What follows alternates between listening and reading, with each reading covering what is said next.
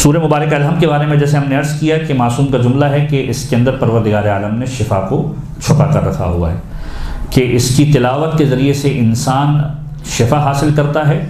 اور معصومین کے جملوں کے اندر یہ جملہ ملتا ہے، چھٹے امام کا ہی جملہ ہے کہ اگر اس الحمد کو میت کے اوپر 70 مرتبہ پڑھ دیا جائے تو بعید نہیں کہ وہ بھی زندہ ہو جائے۔ عجیب خداوند عالم کے معجزات میں سے سورہ مبارکہ حمد ہے، اور اس انداز سے بھی روایت ملتی ہے کہ یہ شفا دیتی ہے مریض کو اس انداز سے بھی کہ اگر 40 مرتبہ سورہ مبارکہ الحمد کی تلاوت کی جائے اور پانی پر پڑھ کر اس سے دے دیا جائے تو وہ شفایاب ہو جایا کرتا ہے۔ لیکن یہ تمام چیزیں ان کے لیے ہیں کہ جو قرآن کے اوپر اعتبار بھی رکھتے ہوں۔ اکثر ایسا یہ ہوتا ہے کہ انسان جو ہے وہ ایک کیفیت کے اندر دوچار ہوتا ہے اور فقط اس لیے کہ میں یہ کر رہا ہوں ہو جائے نہ ہو جائے، جب تک انسان کا یقین کامل نہیں ہوگا پروردگار عالم کی ذات پر، جب تک انسان کا یقین کامل نہیں ہوگا کلام خدا کے اوپر، بعض اوقات انسان پڑھتا ہے اور اس کے بعد کہتا ہے پڑھنے سے بھی کیا ہو گیا، پہلے بھی ایسے تھے ویسے بھی ایسے ہی۔ جب عقیدہ ہی یہ ہوگا یا جب انسان سوچے گا ہی اس انداز سے تو پھر قرآن کریم شفا کا باعث نہیں بن پائے گا۔ اگرچہ کہ قرآن کے اندر شفا پوشیدہ ہے، لیکن ان کے لیے کہ جو معتقد ہو، جو اعتقاد رکھتا ہو کہ اس سے مجھے شفا ملنے والی ہے اور پھر اپنی ایفرٹ کرے، اور نہ ہو تو پھر یہ سوچے کہ پروردگار عالم کی حکمت یہ ہے کہ ابھی اس کے حق میں یہ معاملہ نہیں ہے۔ تو سورہ مبارکہ الحمد کے اعتبار سے یہ وہ سورہ ہے کہ جس کے بارے میں تفسیر عیاشی کے اندر 7ویں امام موسیٰ کاظم علیہ الصلوۃ والسلام سے ایک روایت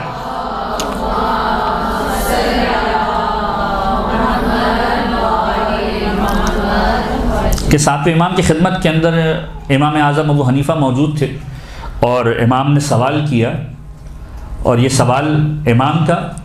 بتلا رہا ہے کہ جو ائمہ کے دور کے اندر لوگ تھے ان کو قرآن کی کتنی آگہی تھی، کتنی معلومات تھی۔ امام نے سوال کیا اور سوال یہ تھا کہ یہ بتاؤ کہ قرآن کا کون سا وہ سورہ ہے کہ جس کے ابتدا کے اندر حمد ہے، جس کے درمیان کے اندر اخلاص ہے اور جس کے آخر کے اندر دعا ہے۔ امام نے جملہ کہا تو روایت کے جملے فبقیہ متحیر، حیرانگی کے عالم میں کھڑے ہوئے، پریشان ہو گئے کہ یہ مولا نے کیا سوال کر لیا کہ ایسا سورہ کہ جس کی ابتدا کے اندر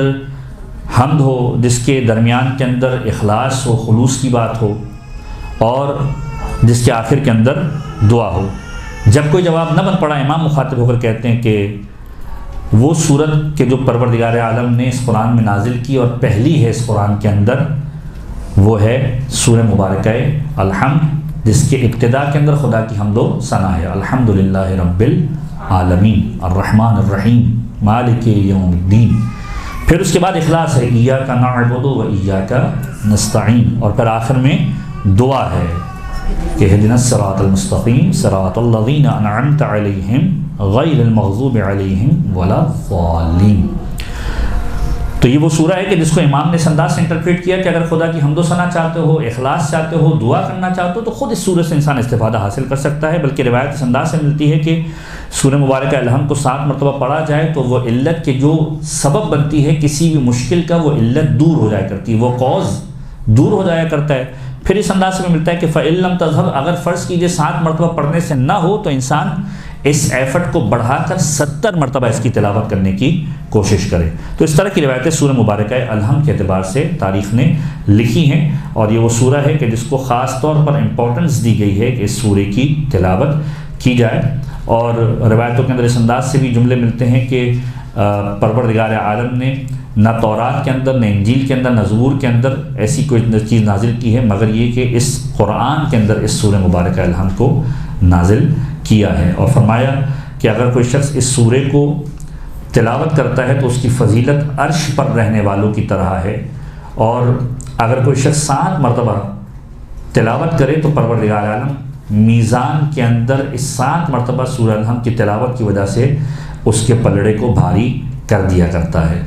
اور اس انداز سے بھی روایت کے جملے ملتے ہیں۔ پیغمبر ختمی مرتبہ سے یہ روایت ہے کہ فرمایا